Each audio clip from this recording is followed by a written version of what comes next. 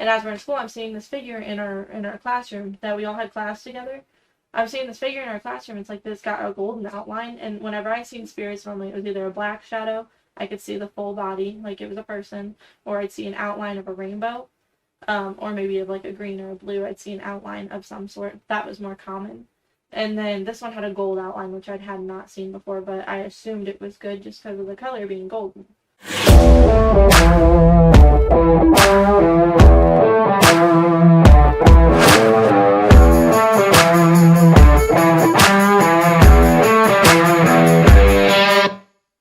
Welcome to Prophecy Views. Today we're going to take a little different angle. We've been going through a total of what's going to be 18 weeks Bible study of understanding the end time.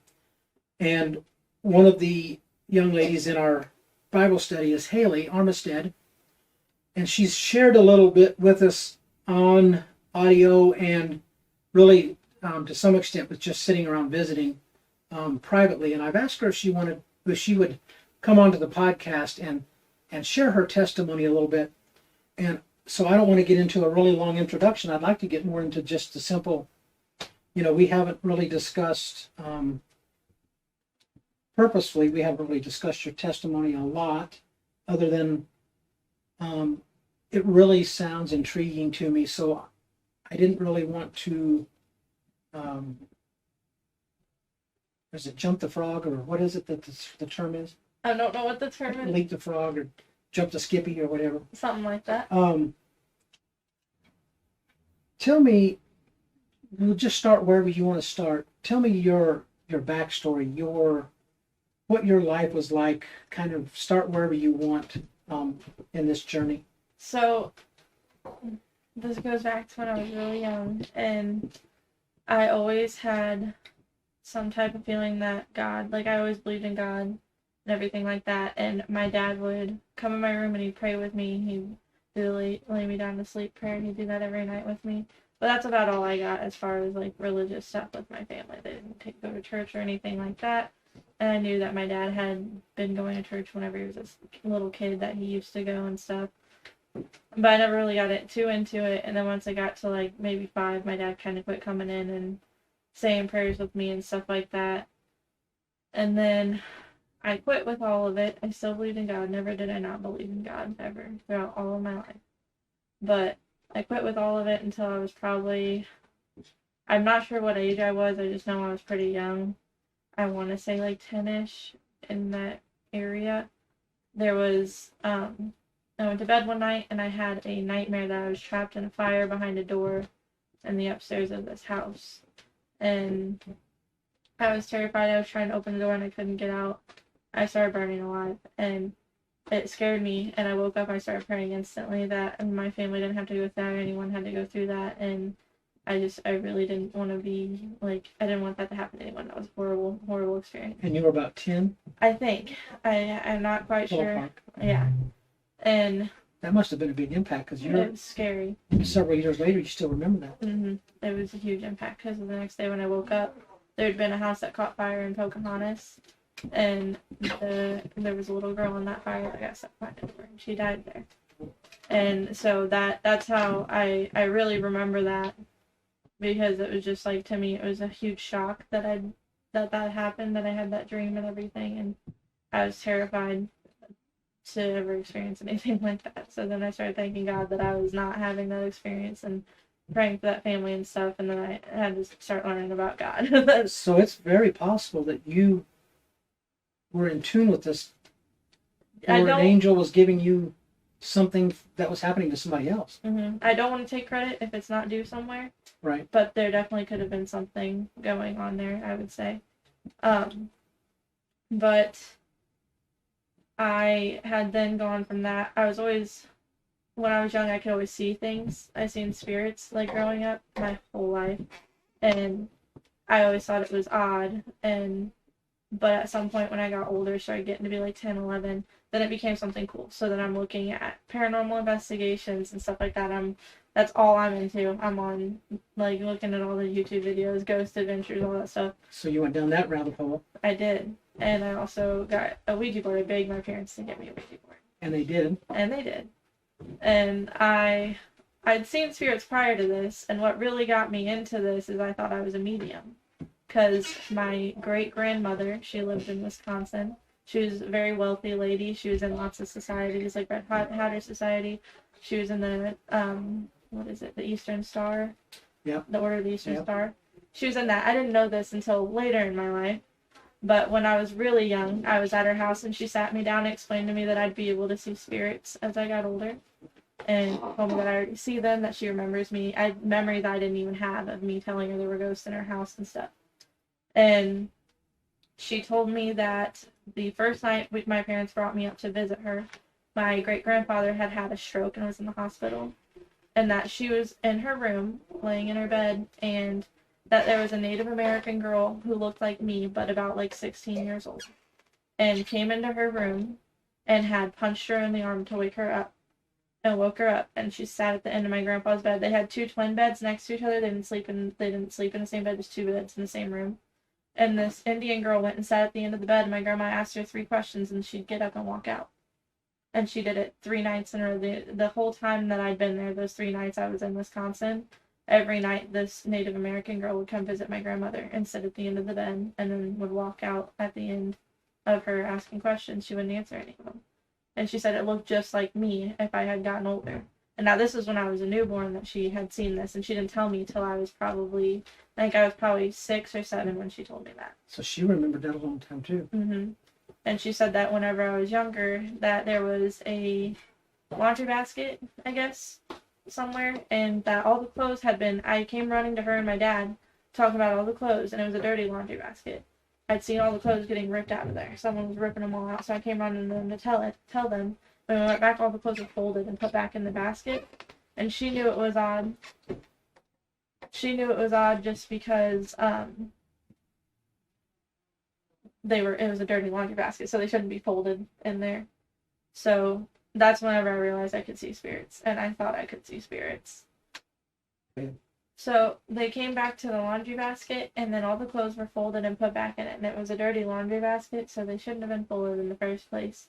So that's how my grandmother recognized that I could see them. She could see them, and she told me about a bunch of spirits and stuff, and she told me my dad could see them when he was younger. And I didn't know that. My dad never told me anything about that.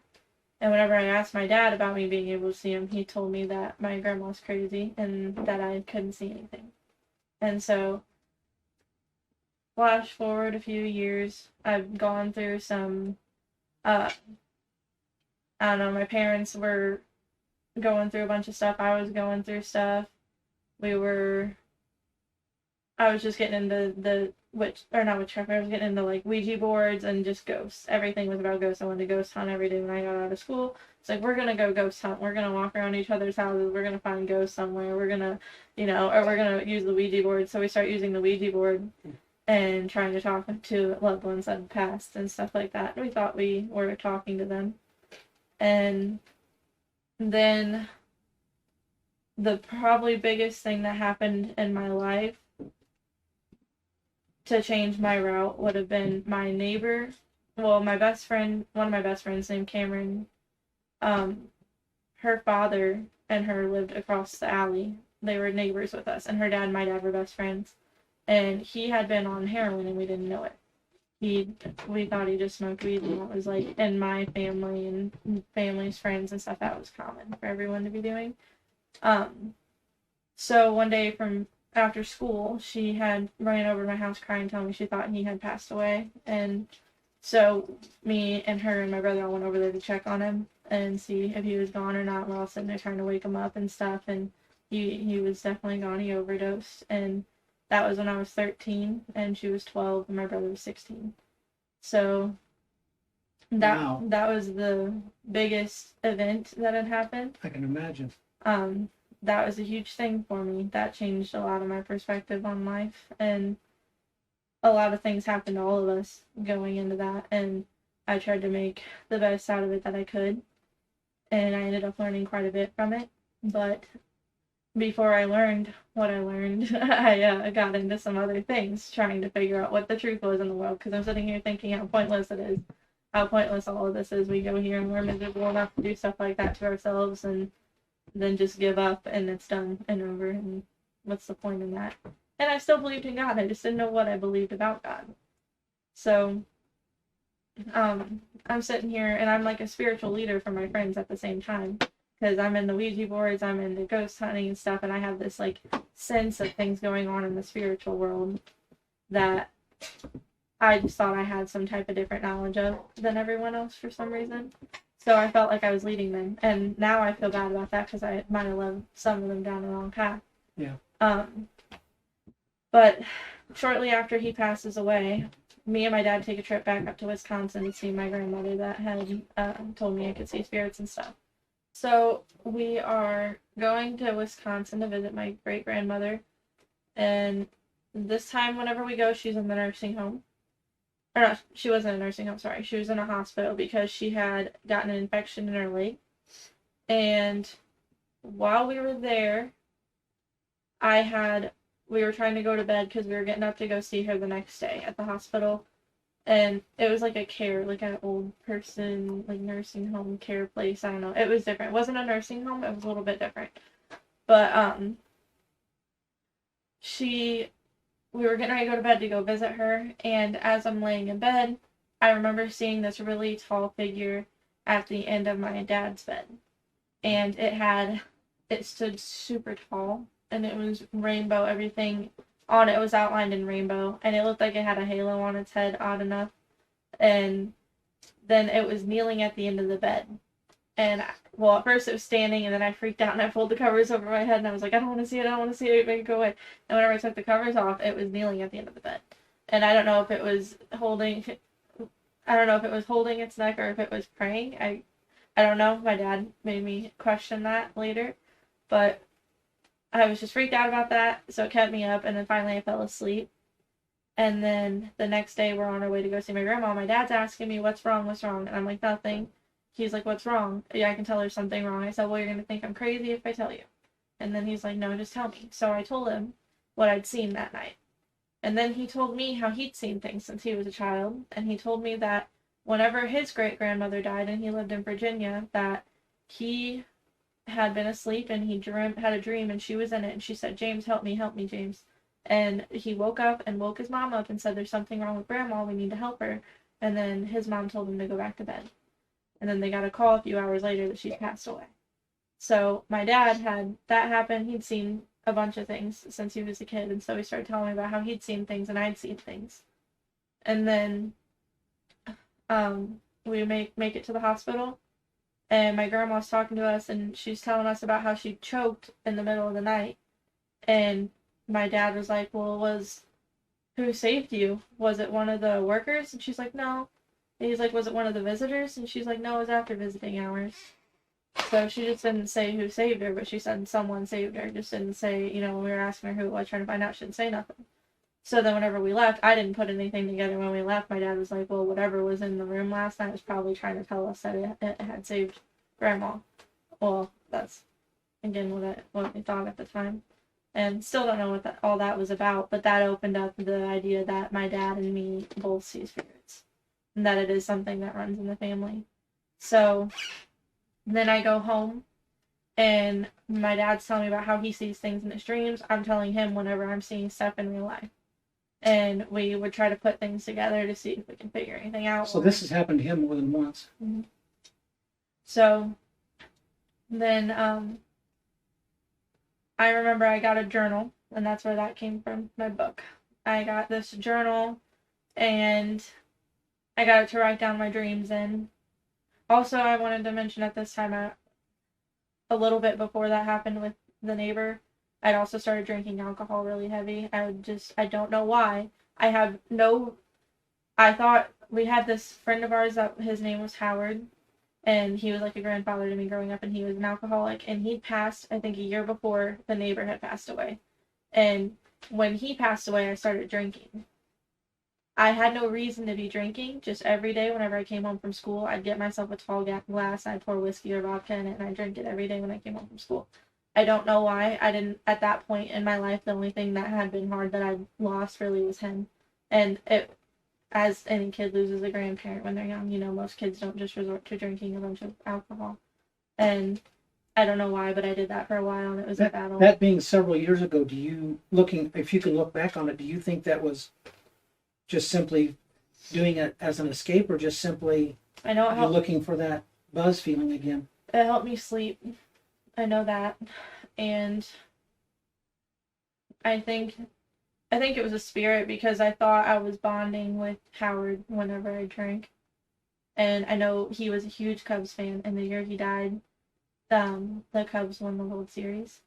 So I remember I wasn't huge into baseball. I always gave them crap for liking the Cubs, and I just knew people around here like the Cardinals, so I just gave them crap like anyone else would. As I would. And so whenever he passed away, shortly after the World Series was going on, Cubs was in it, and they won. But I watched the whole World Series, and I'd sit there and drink the whole time. And I thought it was like a bonding thing. Yeah. And then it just became an every night thing that I'm drinking every single night. And then my brothers would catch me drinking, and then they'd tell my parents, and I'd cry to my parents, and I'm so sorry, I don't mean to do it, and make them feel like, I don't know, I just tried to make them feel bad about it, I guess, and that way I knew I could keep doing it. Or they'd like hide it, but I'd pay attention to where they're hiding it so I could get it. Like, no, I had no purpose in it, and I think 100% it was the spirit trying to get me to, you know, make me more, I don't know, it's easier for them to latch on whenever you're not sober-minded. Right. And I was getting into that stuff at that point. Like, I think they knew what was going to happen. So, it would have been a constant battle throughout this period that I'm talking about still with my grandmother and stuff. I'd still been going and drinking alcohol often, and then I'd take breaks from it and get back to it, and just make some not smart decisions. And so I get my journal, and then I start writing down my dreams. You said, and if you wanted to fit it in later, that's fine. You said there was some significance to the scripture on the front of the journal. Mm-hmm. The scripture on the front of the journal, when I went to pick it out, I believed in God, like I said, didn't know much about God, but the journal says, "For I know the plans I have for you, declares the Lord, plans to prosper you and not to harm you, plans to give you hope and a future." It's Jeremiah 29:11. Wow. So I didn't realize until recently how incredible it was that this is of all the books. I always was one to like pick out a cute journal and stuff, and it's nothing super cute about this. It's just a blue book with some gold writing on the front, you know. Normally I'll pick something floral or something like that. And then I wrote a bunch of stuff inside of it, but whenever I went back through my pictures to find out, I took a picture of this pretty quick after I got it, and all I had written in it was Hailey's mediumship journal. And then I also wrote a Bible verse in it, and it says, "You will receive the power when the Holy Spirit comes on you, and you will be my witness to the ends of the earth." Acts 1-8. When you were messing with the Ouija board thing, what did you think you were summoning? Did you think that had anything to do with God? I thought I was talking to my loved ones, and I thought they were all angels. You know, I feel like that's a common misunderstanding among the world now. But it led me to dark paths. Like, I was miserable through this. I started writing down my dreams, and then I'd write down my Ouija board experiences. I'd write down my tarot cards whenever it started with just the dreams. Then it was like I can talk to loved ones without needing anything. So I was like trying to get spirits to come to me so I could speak to them, because I wanted to be a medium. Like, I wanted to be a full-blown medium. I'm like, I already had the gift. I can see spirits. I've been seeing spirits my whole life. How do I get it to go further? How do I get further with this? In your mind, did you think that was a God thing or not a God, or totally the opposite? I thought God had given me a gift because I'd already seen the world in such a spiritual manner my entire life. And I'm going to throw in here, and the spirits will deceive you in that direction. 100%. That is something I will tell every single person that believes in New Age anything. If you think, I have a lot of people, one of my best friends right now tells me she believes she's a healer and she's been to heal and she's going to start getting into working with crystals. If you have a feeling that you are a spiritual person and you believe you're a spiritual being living a physical experience, that's the biggest key to me. I've always felt as a spiritual being living a physical experience. If you think that, that's what the devil goes after, because it's easier to persuade you to make you think that these crystals are going to enhance your spirituality. You feel spiritual, everything's in your soul, you feel like you don't belong on earth. Well, you need crystals, you need sage, you need these spells, you need all these things. and it'll bring you down a dark rabbit hole. And there's too many books out there teaching people how to open portals and stuff and astral project yourself. Right. And all of it's very similar to what God can do, but so wrong at the same time. Did you feel like you were having experiences that validated how you were feeling? I thought, I knew I had experiences that were not natural. They weren't like physical experiences, and because I was experiencing something supernatural, that I thought that was my validation. But as I got into all of it, and I kept having bad experiences, and I just know I was miserable, and I wanted to die just about every other day.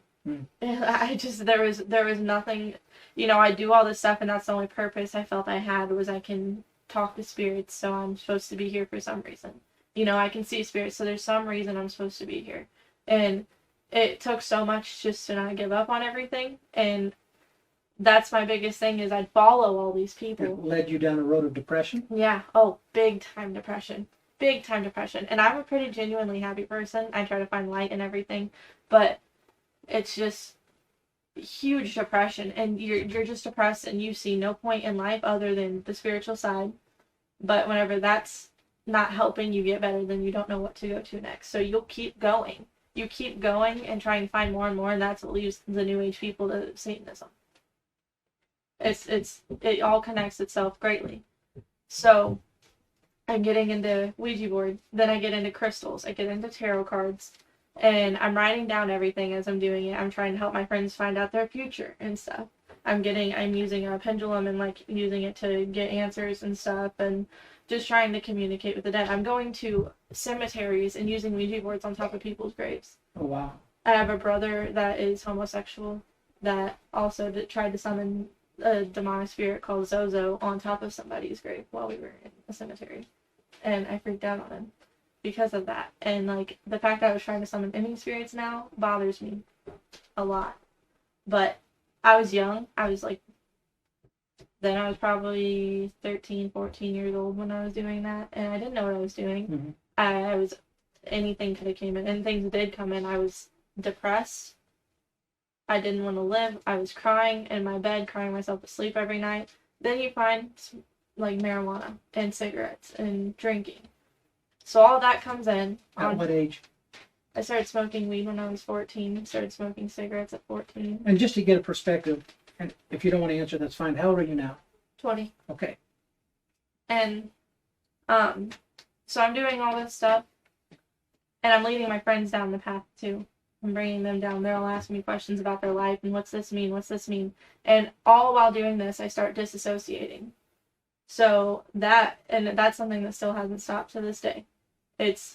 You feel your brain goes into like a survival mode where you feel like you're in a dream constantly. Your anxiety is at such a high rate, it just throws you into a dream. Like, I don't know if you've ever had something really, like you almost get in a car accident or something really major happens, and instantly your body you feel like you're in a dream, like you're floating when you're walking around. You look at your hands, they don't look like your hands and stuff. That moment you feel like that, I've felt like that for the past, I think this year would be 5 years. I felt like that for 5 years straight without one single day that has felt real. And I've been trapped like that for a long time, and it was very hard to deal with, but it made me think I felt like I'm on the spiritual side of the veil. I feel like I'm walking every day in the spiritual side of the veil. So that made me get into it so much more. Then I'm doing something called water scrying. So you take like a bowl, you fill it up with water, and you sit there and look into it like a crystal ball. Or you can do it with a mirror too, and sit there and stare at yourself in the mirror. And it reveals to you things. Like you'll start seeing demons and stuff in the water. Or I'm lighting candles, and something I realized the other day that I thought was interesting was I use my intention. You use your soul and your spirit and your intention whenever you're picking out things to set up like an altar. Mm-hmm. And I picked out a bunch of candles that all had the Catholic saints on them. Oh, wow. Mm-hmm. And you just recently realized that? Yeah. So I had those candles laid out as I was doing my tarot cards, and had my crystals out, and I was water scrying and doing all these things, and I'd want to go in a dark room, and I'd just sit there and talk to whatever's in there. And then it went from me being terrified of what's at the end of my bed to me being happy that there's something there watching over me. But I realized as I'm watching like influencers and stuff that are getting into this stuff, and I'm like searching anywhere to try to find out something that's just different, because I know I feel different than everyone else. I know no one, I'm talking about this disassociation stuff and no one knows what I'm talking about. And I'm stuck here like this. I used to be so, I could write really beautifully, and my words always came out very well, and I had a large vocabulary. And when I started disassociating, I started not writing right. Like, all my writing got sloppy, and I couldn't control my hand, and I forgot how to spell words, and I forgot how to use words, and get tongue-tied and stuff, and I still get like that often. So whenever I went to go see a psychiatrist of it, they told me I had multiple personality disorder, and it's a dissociative disorder. Obviously, a secular Mm-hmm. psychiatrist. Yeah, Okay. they told me I was bipolar, and had PTSD, and that I had dissociative identity disorder prior to as multiple personality disorder. And you need to take meds? They told Did me. they say? Okay. So they told me to take medicine, and they told me that the reason they thought I had different personalities was because sometimes I could speak really fluent, really well, use my large vocabulary, I could write beautifully, I could think beautifully, my words and thoughts would come out perfectly, it'd be great. And I write poems and stuff, so that's something, that was a big part of me. I enjoyed that part of myself. And then whenever I would write sloppy, and I'd forget how to spell things, and forget how to say words, and forget how to use my big girl vocabulary, they told me I was a younger version of myself. That I was acting as like a kindergarten version of myself. In hindsight, do you think that was more spiritual? Oh, 100 million I would times think over. so. Okay, yeah. So I start taking this medication. It's making my disassociation worse, so much worse. I'm getting depressed on top of it. And then I start worrying, what if I take this medication and I can't see spirits anymore? What if God gave me this gift and I take this medication and it goes away? I could understand. In that journey you've been on, I could understand thinking that, yeah. Yeah. So I quit taking it. I was like, well, if I'm not supposed to feel this way, God will make me not feel this way. If I'm not supposed to be this way, I won't be that way, because God doesn't want me to be. At this point in time, did you talk to God? Yeah, or pray? I prayed every night still. To this point, I prayed every night. But my prayers were a lot different than they ended up being. Like, it was same thing every night. I'd say the same stuff every night. So it was like a repetitive plan prayer. Like, I'm just running through it really fast every night. And I'd spend a lot more time working on my crystals and stuff. And my spells and stuff like that. Then Ronnie rolls into the picture, my boyfriend. And he tells me about the rapture. I don't know this. I don't know this discussion. He tells me about, he's talking about the rapture and the seals and stuff that need to be broken. And I didn't know anything about that. I had a Bible. And I kept it under my pillow whenever I'd sleep. And I always believed in God, but He went straight to prophecy. Yeah, and he has a heck of a testimony as well. Okay. Whenever he was born, he wasn't supposed to come out alive. He was supposed to have his spine popped out of the back of his head and be severely autistic or Down syndrome. And his mom and dad went to their church and stood on the Bible and prayed and had the whole church pray that Ronnie would come out fine. And the doctors tried to get her to abort him most of her pregnancy, and whenever he came out, he was fine. He peed on all the doctors. So, and that's just part of the testimony. There's a lot more to go to it. It is with him. So there's a lot more of his story, and he hasn't followed God extremely. He's had a lot of that in his life, though. But when I met him, he wasn't super into it, but he believed in God. He never has not believed in God. He's always been very faithful about God. So he tells me about the rapture and everything, and he's telling me about the seals and things that are going to happen, and I'm like, what are you that sounds terrifying. And I'm missing this? Like, I believe in God, and I didn't know all that. And I was like, well, the Bible's just a recommendation anyway. It's not all that real, is it? So, then, I don't know what it was, but he said that, and it really got me thinking. And then his mother, she had been in church her whole life, too, and she's got some faith. She really does. So, she started telling me things about God, too. Mm-hmm. So she starts teaching me about God, and Ronnie's teaching me about God, and then I start reading my Bible.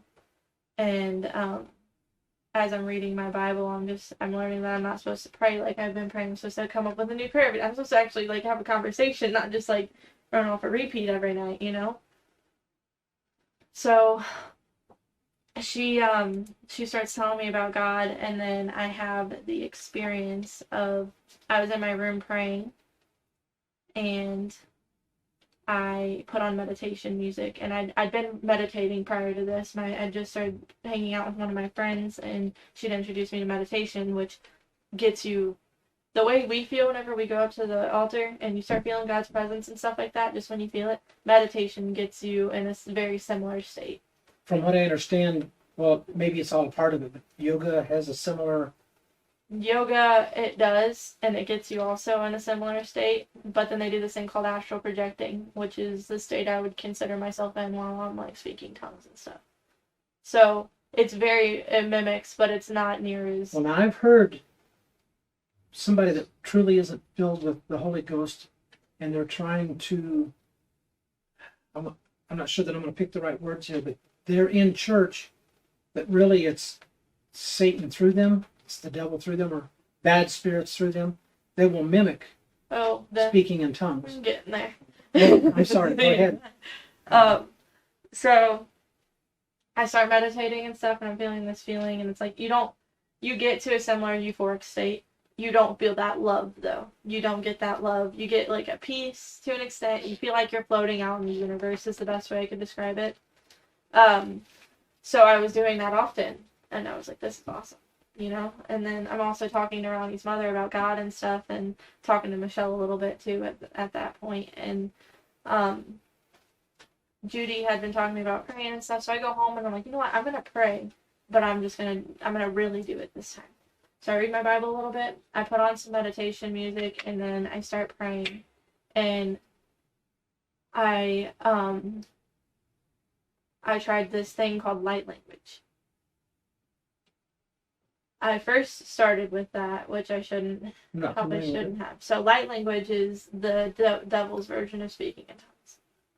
So you pretty much sit here, you say a bunch of fake language while you do things with your hands, and you can heal people through TV, or like you can do it through a screen. Like people do it all over TikTok. If you're just scrolling on TikTok, people are doing this or saying their light language and healing. And so I thought I was meant to speak light language. I think I didn't do this that night though. I think this was the next night. But the first night I felt God's presence. I was sitting there praying, and I remember as I'm praying, I just ended up bawling. And this was a different feeling than you'd been having. Mm-hmm. Okay. It's like the meditation feeling, but way more intense, and then you feel the love of God, and it's just so overwhelming. So I started bawling. I broke down bawling, and I'm like, God, I'm so sorry. I dismissed this whole part of my life.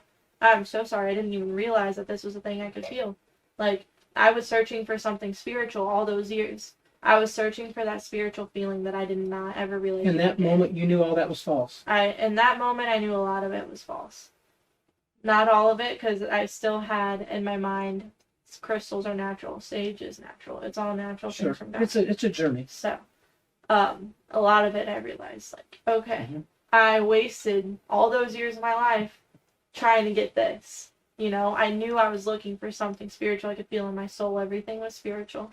So I felt that feeling that night, and I have it written down in my book whenever I felt it, and that changed everything. That changed absolutely everything. I felt his presence. And then I cried and I cried and I wept. I just sat there silent. I didn't even have any words, but I was like, I still felt God. Like it was like I was praying, but I didn't even have to say anything. And it was incredible. And I couldn't believe I couldn't believe I experienced something like that. So the next day, I'm back at Ronnie's house talking to Judy, and she's telling me about how, you know, whenever you're really deep in worship, that God's presence can come onto you. And for some people, they might cry. Some people might laugh. You might not have anything to say at all. And I'm like, no way, we've been talking about God this whole time. You just told me that today. That just happened to me last night. That's crazy. So, then I went home and I was like, maybe I'll try light language. Because I think I'm sitting there thinking light language, that makes sense. Like, then I'm learning about, I'd heard about tongues a tiny bit. So I was like, I wonder if light language is just speaking in tongues. So then I tried that a little bit, got a weird feeling about it. So I'm like, nope, no more of that. Yeah, good. But then I did learn that was light language. If you hear people out there all hippy-dippy looking, trying to wave their hands at you and say some tongues, they're not the tongues you're wanting to be said over you.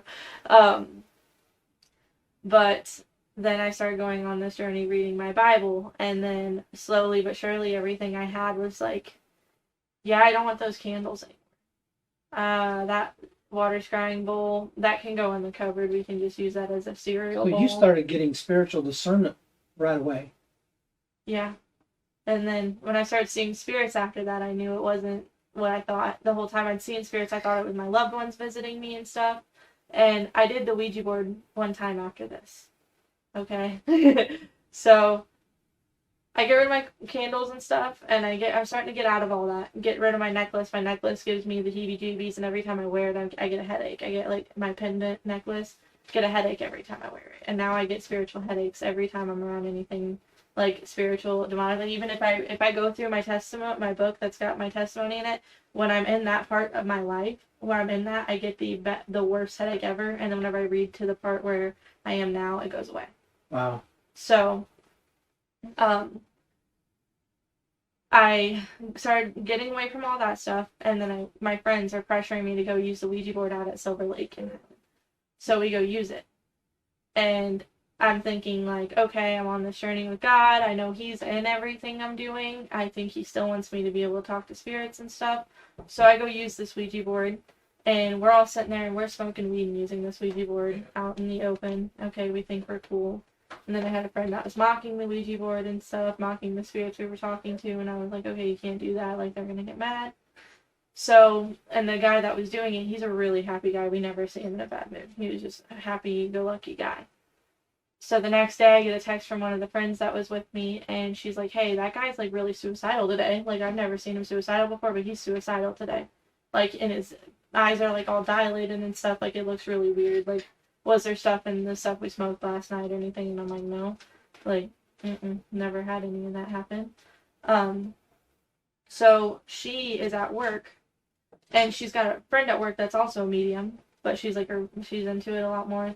She was better at communicating with spirits than I was. Her and her dad also did that.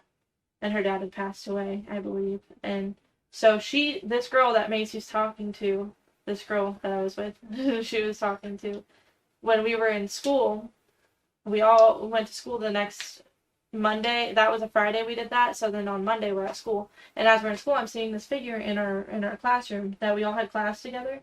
I'm seeing this figure in our classroom. It's like this got a golden outline. And whenever I seen spirits, normally it was either a black shadow, I could see the full body, like it was a person, or I'd see an outline of a rainbow, or maybe of like a green or a blue. I'd see an outline of some sort. That was more common. And then this one had a gold outline, which I had not seen before, but I assumed it was good just because of the color being golden.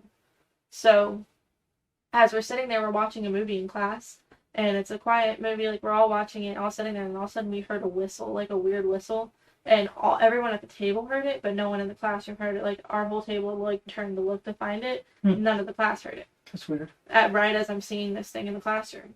So then we're all sitting there, what the heck? And the teacher yells at us while we're talking, and then the whistle happens again. Again, no one else heard it. We heard it. So that was really odd. And then With the people at your table, was it just the group that had been there for the Ouija board experience, and then there were some that weren't at the table that were there. Did they hear it? Just the group that was there for the Ouija board experience heard it. Gotcha. So Spiritual. So then the girl that was there that had called me about the guy being suicidal, she went to work that day, and the girl at her work had told her, what did I tell you about using that Ouija board? You guys went outside and used it, didn't you, whenever you were somewhere with no walls? What did I tell you? And you guys were smoking while you were there? Like, she knew all this, and the girl had not told her anything about it. This girl had not told her a thing about it, and this girl's like, you guys were, while you were there, you were smoking, and you were taunting it? I told you not to do that. And so this girl's, like, getting mad at her, and then Macy's like, well, there's a bunch of stuff happening now. Like, we need to figure out, like, we don't know what's going on. Like, this guy, he's, like, super suicidal. Like, we don't know what's going on. So this girl's trying to figure it out. This medium, she tries figuring it out for us. She's like, okay, so they're very angry with you guys for taunting them. They're angry with you guys for even being there. And it was very dumb of you guys to be out there doing that out in the open and everything. Especially after I told you not to mess with it. And she said that, the spirit that was affecting that guy is going to affect every single one of us, and we were all going to get sick. That each of us were going to get sick one by one, but as long as we get sick, it runs its course. We're done. That's fine. She's like, if you don't get sick, you need to worry. So The second she heard that, she called me and told me, and I was with two of the girls that were there that night at the Ouija board, and so we sat there and I started praying instantly. I started praying. And slowly but surely, I'd seen a spirit at my house, and I got sick, super sick. And then this thing would watch me when I slept, and every time I had spirits around me, I'd go sleep in the living room, because at this point I was too terrified to sleep in my own room. I just started sleeping in the living room every time there was a spirit, just because, I don't know, people walk through there in the middle of the night if my dad got up or whatever. So, sleeping in the living room, this thing's watching me every single night, and I'm like, great, I wish you'd just go away, and I'm just sick, and I'm miserable, and whatever. So then, I'm feeling a little bit better. I go into work. I had work at, 4 o'clock. I worked at Hardee's, and I had a friend that worked at Dairy Queen, that she'd been there in a Ouija board night. Second I step into work, she texts me and goes, dude, I feel like crap all of a sudden. And I'm like, well, I feel great all of a sudden. So literally it jumped that quickly. From second I felt perfect, she felt horrible. And I went over to her house later that night, and I'd seen the same spirit in her bedroom. So that was my last Ouija board experience. And then that spirit had told the medium that they need to quit messing with spirits, because they don't know what they're getting into. So we need to quit messing with them. We don't know what we're getting into and stuff. And it's not just loved ones. And then, It's not loved ones at all. No, because then it came full circle. Like, a lot of the people I'd talked to prior on the Ouija board, none of them did really sound like my loved ones. They knew my loved ones' names. They had some answers to things that, you wouldn't think anyone else would have answers to. But then I'm like, well, if it was a demon, it probably would have the answer, because it's been there the whole time. So then I quit with the Ouija board. I don't even know where that's at right now. I just know I don't use it. I haven't touched it since then. And then the last thing it was my crystals. I hadn't held on to those, and don't know why I couldn't get rid of them. And sage, I burned sage too. And then I'm like, well, what's sage really used for? And whenever I started looking into it for Native Americans, this is one of the biggest New Age things, is the sage. Like, everyone burns sage. I hear about it all the time. So many Christians too burn sage. So many. So I started looking into it, and I was like, well, what's the true use of sage? Native Americans use it to cleanse for their ancestors to come in. It's not cleansing to get spirits to go away. Native Americans enjoy having the spirits there with them. Mm-hmm. They want their ancestors there. They cleanse the space so the ancestors have a good space to come to. And I'd been inviting them in my house this whole time, because I just remember I'd sage my whole house. I'm like, that feels horrible. So, like, it still feels evil in here. I don't want to be here. I get my headaches, and it's like this weird headache, and it makes me want to throw up and stuff. I'm like, every time I sage, it's like, and then my friends are telling me they sage their house. Oh yeah, it feels so good. It's like pure and everything now. And I'm like, I don't get how you're getting that, because every time I sage, it feels horrible here. Are they in tune with your journey? My friends, they know of it, but I don't think any of them. Like I said, and I don't want to sit here and be gloating on myself or saying anything about myself that is any different than anyone else. Like, I've always been super spiritual. Everything is spiritual. I feel like I'm on that spiritual side of the veil all the time. Mm-hmm. I don't feel like I'm living in this physical world with everyone. So I've had a real sensitivity to a lot of it, and it takes time for me to understand where these feelings are coming from. But I did get those feelings, and a lot of people don't. A lot of people will carry around those crystals and not feel so bad and not connect that, well, you're depressed and you want to die every single day.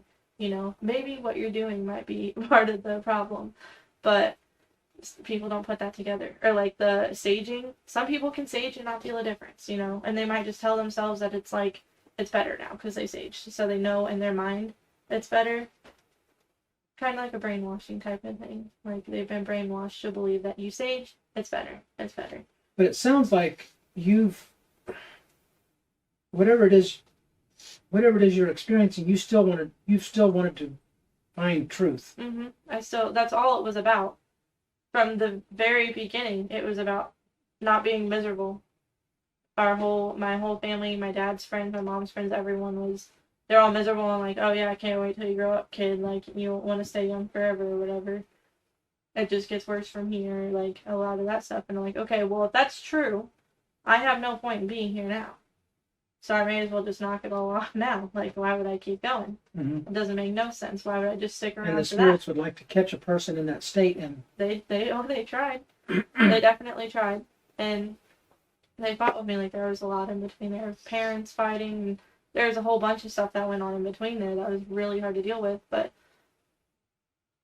I wanted to not have to be like that. I didn't want to be like my parents. I didn't want to be miserable. I knew that there was some type of hope and love and happiness. And I felt this feeling of I'm supposed to heal people. My whole life I felt I was supposed to heal. I'm supposed to help others heal. I'm supposed to heal myself. I'm going to heal my family. Like, I knew I was supposed to help heal. And the biggest misconception with everyone that thinks they're supposed to be healing is that they are their own power. You're going to heal your family with your power. You are God. You think all the power comes from you, so they turn to like Buddhism or whatever, and then they'll get into that a little bit, but there's not a whole bunch of knowledge of that here in America. Like, you don't have other people that are into that here. Right. So I believed in God the whole time. I never would sit there and think that I just had my own power. You know, I'm glad God never let me get too far down into it where I honestly thought I was my own God. He knows a sincere heart. Yeah. And he knows the best journey to pull somebody out of something like that. And what you need to go through, and yeah, let you go through it and then bring you out. And I was very open to being wrong about it all. You know, if you could show me I was wrong, I'll switch. No big deal. You said something just a minute ago, and you mentioned it Thursday night, that really kind of, I had no clue. You said that a lot of Christians burn incense and sage, and I'm pretty naive to a lot of this stuff.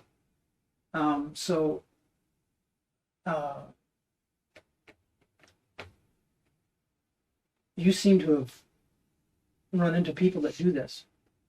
I followed a lot of people on social media and stuff, and then around here too. Like, there's counselors and stuff around here that all use metaphysical stuff. And they claim to be Christian. They claim to be Christian, and it's all because it's from the earth. It's all derived from the earth.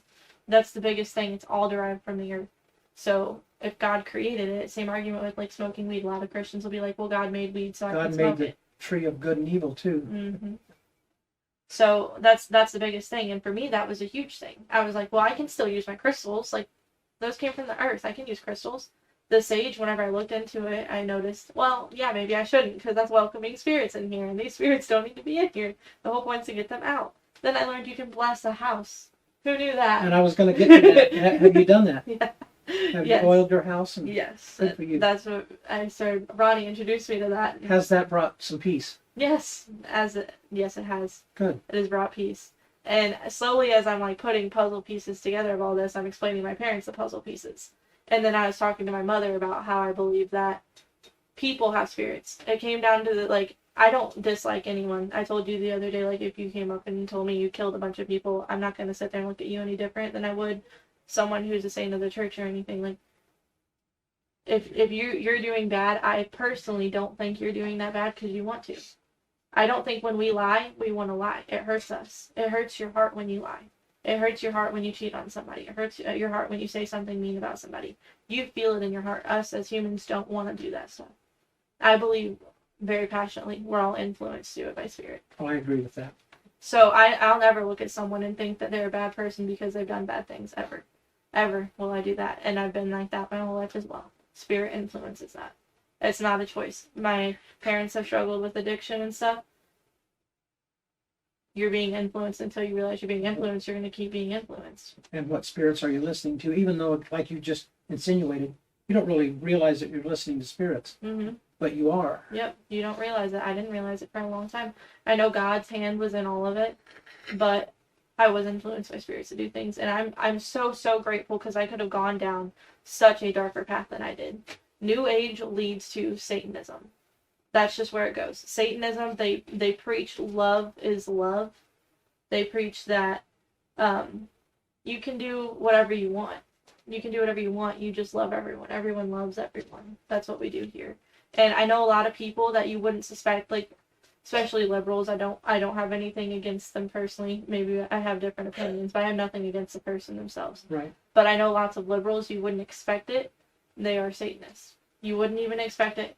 They all preach love, and they preach, care about each other, and it doesn't matter what you're into. Like, if you're gay, straight, transgender, any of that, we love you. And that is Satan Church. Church of Satan. That's Yep. what they're all about. And they're all about, you don't turn the other cheek. However someone treats you, you treat them the same way back. And I would just add to that and say, God's true church, if you're homosexual, gay, transgender, we love you too. Mm-hmm. That is true. But we love you to the extent of and if you're watching this and you're part of that community, find a church that is loving to you, but not your sin. Because if they truly love you, they want the end result of your soul to be saved. Mm-hmm. If they truly love you, the outcome they desire for you is salvation, because that's your eternity. 80 years of whatever it is on earth is a drop in the bucket compared to eternity. So I would say find a church that does love you as a person, wraps their arms around you as a person, but will spiritually guide you in the right direction for your salvation. Mm-hmm. I would agree, 100%. And that's my biggest thing with all of this is there is my generation. It is a generation wanting to heal people. It's wanting love. It's wanting our parents. I believe were hurt by their parents, and I think that they were too focused on just like life's not fair. So then we got a lot of that emo stage, and Right. I don't know if you've seen the G. Craig videos. I'm sure you have. Oh, a couple of them. The emo stage is you're making yourself look like The Walking Dead. Right. That was a big beginning of it, and it became an aesthetic. That's what our generations are all about, is your aesthetic, your vibe. So then it was a vibe to be goth at one point. So then to be goth, you don't need to like your life. You need to cut your wrists, or you need to wear chokers or blacked out eyes and white face, or just like who can look the evilest, who can look the most unalive. It was all about who's more this. And then it went from that to like hippies, but the hippies were, oh, peace this, love that, let's burn some sage, let's carry crystals around in our pockets, but because they're preaching peace, people turn to that. Because they're preaching love and happiness, people turn to that. But what I noticed that a lot of people don't, and this is the best advice I could give to anyone doing New Age, is look around at everyone you know doing New Age. Look at your people you follow doing New Age, all the influencers doing New Age. Are they genuinely happy? Or do they make themselves seem happy? Is it just like whenever they're going live for 5 minutes, can they show you they're happy? Or are they depressed every other day? Are they wanting to die every other day? And they just like, oh, well, I just need more crystals. I need more sunlight. I need to ground myself. I need to go practice scrying. I need to astral project more. I need to, all these things you can do. And yeah, it's temporary to distract yourself from your sadness, but are you truly feeling happy? That's what it came down to for me. No one was genuinely happy. They were all just finding a fix. When you get into the New Age stuff, there's some terms that people might find, and there are these things that make you feel special. That's one of the bigger things, is making you feel special, like you are something special. There's not a lot of people like you on the planet, and that you have to go down this path because you experience these things, or you act like this, or there's just a bunch of signs that you are something called like a starseed, or under the starseed term, you're an indigo child, you're a crystal child, you're a rainbow child. They're souls from different planets that apparently are in your body that make you the way you are, where you feel like you're not supposed to be here. You've always had like a sense, or like you've had a fascination with space or aliens or just dark things, or just like what you were interested in. Based off of what you're interested in, pretty much is what will get you figuring out what you are into with this. And like they might even go as far to say, like, if you're diagnosed with ADD or ADHD, then you are an indigo child, But one of the bigger parts of my journey was there was something called a light worker. So I swore that I was a light worker. And so whenever I looked into that, they were supposed to be healers. Everything about the light worker was exactly to a T how I would describe myself. Something about lived a lot of your life in a short period of time was part of it, or feeling like you need to be a healer or an old soul, like things like that. And I 100% am an old soul. I am into the older stuff. Don't like a whole lot of the newer things. When you going say on. older stuff, do you mean older people or Older stuff? music, older things, Gotcha. older cars, older, just things people would do back in the day versus going out and partying and stuff. Like, Yeah. I just would rather live like they did back in the day. So whenever I found out I was a light worker, that sent me on a journey figuring out what a light worker's purpose is. And I knew in my heart I was supposed to heal people, but then it's like, oh, I have this whole thing right here telling me how to do that. How to do it. How to go about it. And then I found a different article about this girl who says she's a light worker. She brought it back to the Bible and scripture, how it was a child of light. Not a light worker in the sense that they say, like in the New Age stuff. But they turned it around and called it a light worker. But if you feel like you're a light worker, you're a child of light. You're supposed to bring light to people. You're supposed to teach them about God.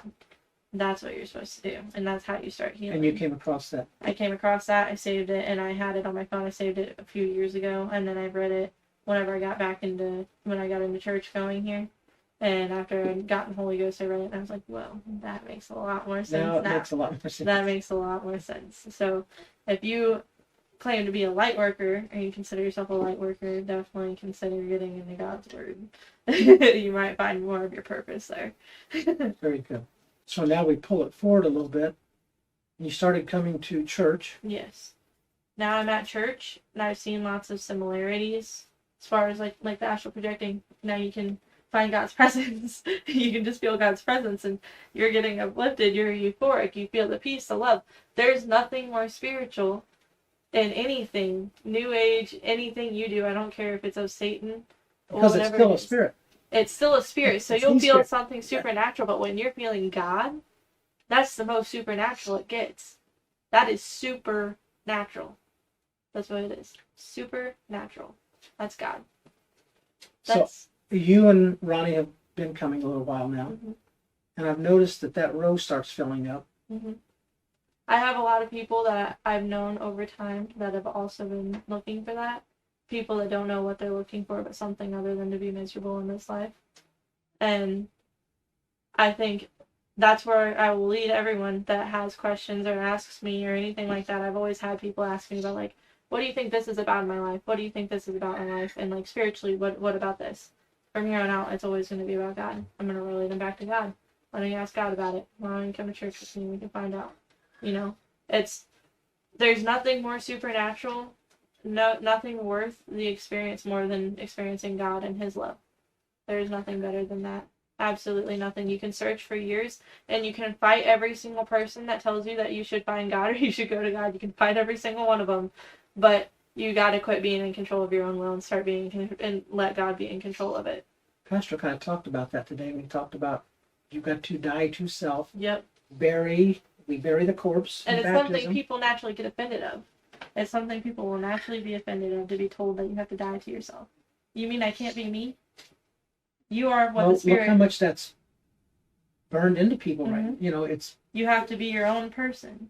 You can be your own person, but the thing is, whenever you were born, there was a purpose you were created for, and that's God's will.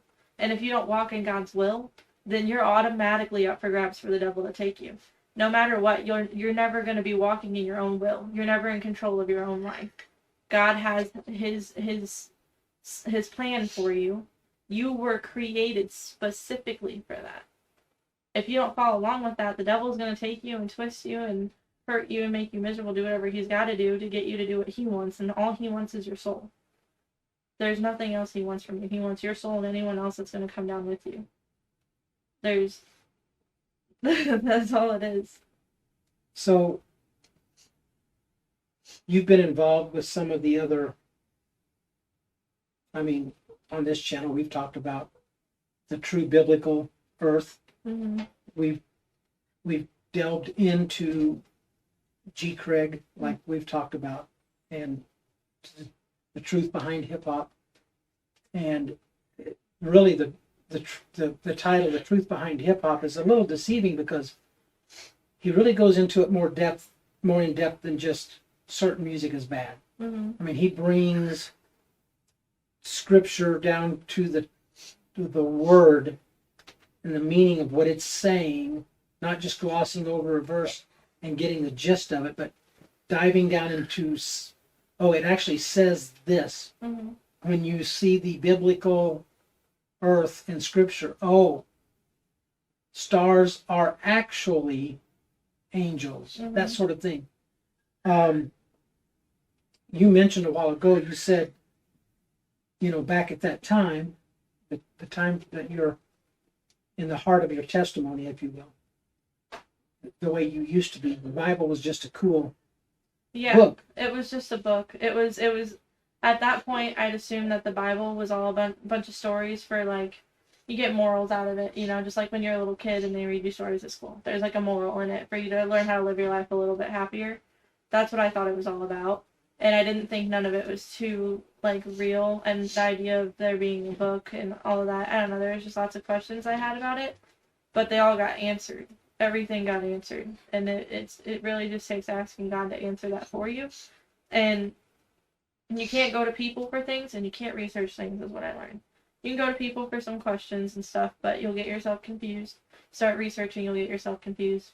You have to ask God and not rely on people, and you cannot let people ruin religion for you. I went in so many... That's a great point. I begged my parents to take me to church when I was a kid, and I'd go to church, and it was like, I knew I wanted God, but I didn't want the church. I didn't want the people. And that, I didn't think I needed church. I didn't think I needed to read my Bible. And I didn't think I needed to do all things. I didn't think I had to be baptized. None of that stuff. And I thought it was all this big, like, just so much work to go through and do to follow God. But then whenever I look at how much work I had to put into memorizing crystals, what are all the powers of crystals do? Memorizing the herbs, what do all the herbs do? When I mix what herbs with what herbs, what am I getting out of that? Whenever I mix herbs and crystals and all the other things and put it into, like, a little jar and create, like, little spell jars and stuff. All my spells, like, learning all of that stuff. When you're writing down and going through the work to study that, you may as well be studying God. It's a lot easier and you get guidance on it. You really do. What great advice. You get guidance on it. But you went from thinking the Bible was a cool book to right now. It's the truth. It's just the truth. Every single word.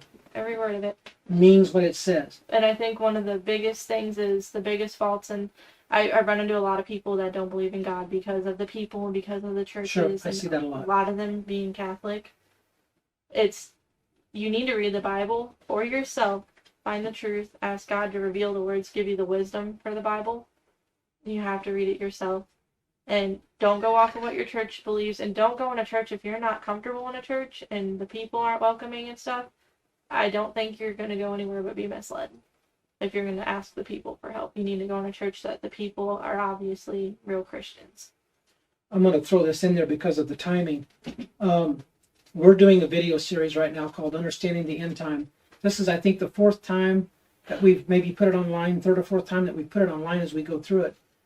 I would urge you to, and I'm kind of giving away the farm here, because I don't like to get ahead of myself on these studies, but I'm going to in this case, because it's 18 weeks, but the last 4 weeks, we take a little different turn.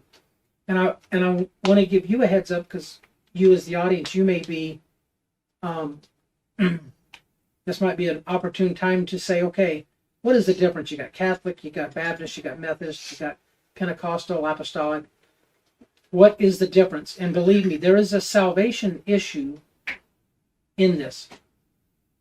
And I would urge you to look up any previous year or the one that's going to be coming up in a few weeks, and it's called True Christianity versus False Christianity. Or if you're looking it up by our lesson numbers, it should be lesson 16. True Christianity versus False Christianity. Because there's a difference in what the majority of religions are teaching as truth. That's not truth. And you'll find that that is scriptural. If you look in Matthew 7, probably about verses 13, 14, 15, it talks about broad is the way that leads to destruction. Straight is the way, narrow is the gate that leads to salvation. And few there be that find it. And then the very next thing it says is beware of false prophets. Mm-hmm. The majority of Christians, broad is the way that leads to destruction, and many there be that. The majority of Christians, that people that call themselves Christians, are lost. Mm-hmm. And they will not have salvation. That's true. So it behooves you to seek out truth and don't give up until you know that you found it. Mm-hmm. You gotta keep going. And as long as you have the drive to keep going, it will come in time. And it might seem like it's a really long, long path, and you might go through a lot of stuff. It's gonna make you want to give up a lot, but just keep God in mind, and there is a light at the end of the tunnel, for sure. And there's things in this world, the forces are at work more than ever now. Oh, yeah. There are things in this world, science, that will tell you Scripture is wrong. It's this way, and science is telling you it's this way. I'm going to tell you stop with that and believe the Scripture. If Scripture is saying it's a certain way, if science is telling you the earth is 15 billion years old, and Scripture is telling you that the earth is 6,000 years old, go with Scripture. Science has been wrong before. Science is wrong all the time, and you wouldn't imagine how much science is made up. It is. And if you go down and delve down into it, you will find out a lot of science is made up lies. And they are using it to either dumb down society or just totally misdirect. And if you go to the genesis of these situations, it's somebody that was totally against God and atheistic. Mm-hmm. And they ended up with a foothold in our education system. Yep. I think a lot of it is very untrue. But I think it all comes down to spirituality at the end of the day. I want to bring up one more thing. We had a visitor at church today. That we did. The visitor enjoyed the visit at church. He had decided, I guess, this morning that he was going and didn't tell me and pretended that he was just not going to do anything. Like, he was out in the garage like he normally is and waited till I left, and then he went and put on his suit and came to church. That's awesome. And who was this visitor? My dad. But whenever he got there, I was very shocked and very happy. And he enjoyed it, and he said he wanted to be there for me. And whatever comes with it, comes with it. Because it's something abnormal. He's not used to it. Everybody's journey is a little different. We're all good with that. He grew up Methodist, but I asked him when he was in there, I said, have you felt God's love before? That's what I asked him. I said, have you just felt God's love? Grew up Methodist. Have people in the church felt God's love? No, I can't say that I have. Well, then you haven't found God yet. I know somebody that grew up Methodist. Yeah, I was like, you haven't been in a church where they try to get you to experience God's love. That's what it's all about, experiencing God's love. You got to experience it. He's got it there for a reason. And I think, as well, being in church with people that know God has worked in their lives, and they act like they're thankful for God that has worked in their lives, versus, in some of these churches, you can hear a rat licking ice. It's so quiet in there. Yeah. And it's like God's not done anything for them. That's the brainwashing. That's where I think the devil has his hand on all of the world. He knew God was going to get his word out there, and he knew God was going to be out there. He knew God was going to be well known. So he had to get his hands on some of the religion. He had to create all these religions to separate. You have no idea. You're basically preaching understanding the Godhead and he had to get true religion versus true Christianity versus false Christianity. He had to get everyone divided, because that's divided we fall. That's how he had to get everyone. So that's what he did. You've come so far. You have come so far. But I didn't think I could experience anything supernatural in a church until I went to Apostolic Pentecostal Church. Then you feel the supernatural. You feel God. And if you're a spiritual hippie person out there and you got to feel it in your soul, you go to an Apostolic Pentecostal Church is my recommendation. That's where you got to go. Is there anything that we've missed? I did want to mention when my dad visited today. Mm-hmm. We all deal with spirits, all of us. And my dad has some spirits too. Sure. And I noticed when my mom came the one time, I could feel hers. And then my dad, when he came, his deliberately showed me they were there. He was filling out his visitor's card, and he, for some reason, could only get his address written down on it. I don't know what he was sitting there and his hand was like shaking, and he wrote his address down. He didn't write his name or his phone number or anything. So I asked him, said, do you want me to fill that out for you? Because he just seemed real nervous or something. And he's not really a guy that gets super nervous about that stuff. So do you want me to fill it out for you? He's like, yeah. So I took it. I'm looking at it. And my address that starts, it's 1008. So I look at the 1. Don't reveal your address, by the way. I'm not going to do the whole thing. But started with the 1. And then the 0, he'd gone around multiple times. The 0. And then the next 0, he'd gone around multiple times. And then the 8, he'd gone around multiple times. Everything else was written just normal. So You've experienced that. whenever I was doing witchcraft and stuff, that's another form of scrying or channeling spirits. You would take your pen and your pencil, whatever. I would not have recognized You'd that. ride around in circles and circles and circles. It opens a portal, or you do the figure 8. It channels spirits and opens portals and lets them all in. So I recognize that off of that. My dad doesn't So wait a know minute. that. So you're telling me if my pen's not working, I keep making a circle to try to get my pen working. I don't know if I'm just giving you a hard time. I don't know if it's like that if your I'm giving intentions you a aren't that.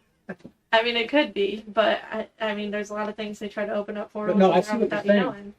So I recognize that off the You bat. recognize My it. dad doesn't know, like, he doesn't know that, and I'm sure he wouldn't understand why he felt the need to go over the 0s so many times, and the 8. The 8 is, the infinity sign's actually a big deal in the demonic world. So the 8 going over that, and then the circles multiple times is opening portals, scrying and channeling spirits. So they showed me they were there on that card when I filled it out today, because my dad has no problem filling out a visitor's card on his own. He wouldn't have had a problem with it, and he wouldn't have done that if they weren't trying to tell me they were there. I do want to throw one more thing at you. You had mentioned that you still feel like you've not lost the feeling of being a healer. Mm-hmm. Not lost it. And I'm going a direction with this. So all of a sudden this row that you sit in starts filling up, family members, friends. Mm-hmm. Do you feel like that's part of the healing, or do you think I think that there's physical healings coming?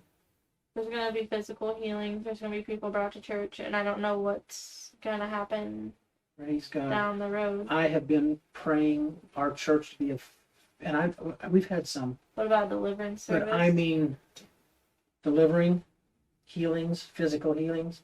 I mean physical, they walk out different than they walk in. I have a feeling, and I haven't wanted to say this to anyone because I don't want to be like trying to foretell the future or anything, but I have a We feeling. call it claiming it. But go ahead.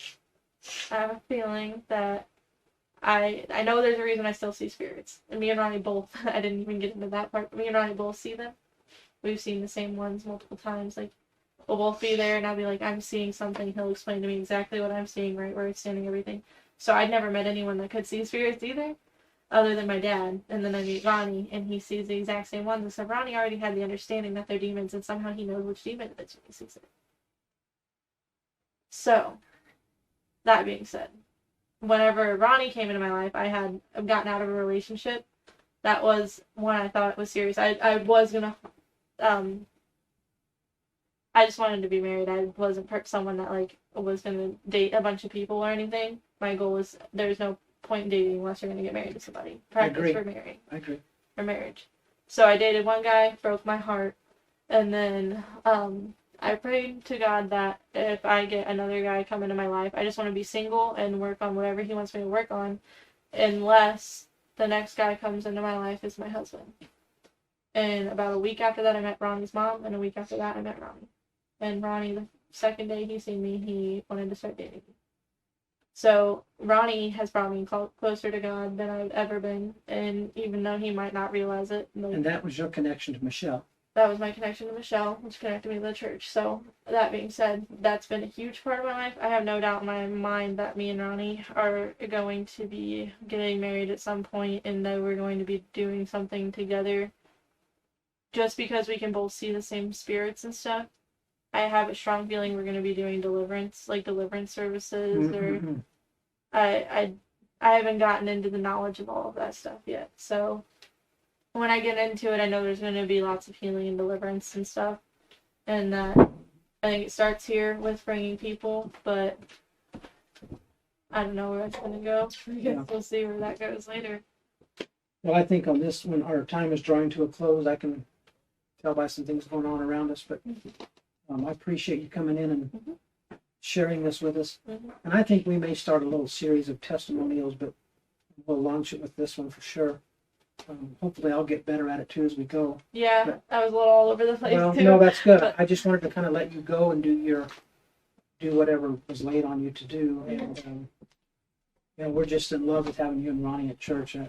it's just been a We're very blessing. happy to be there. And seeing the faces that come in right behind you guys, it's an amazing story right there. And so for those of you watching, this story, you'll see it unfold. We'll bring it right to you as it unfolds, and there'll be more in the future of just expanding the church and expanding God's will Mm-hmm. in this area, in this church, and to the people that come to us online. Mhm. Hailey, thanks for sharing with us today. Thank you for I really letting me appreciate share. it. I love sharing my testimony. God bless you all, and we'll talk to you very soon.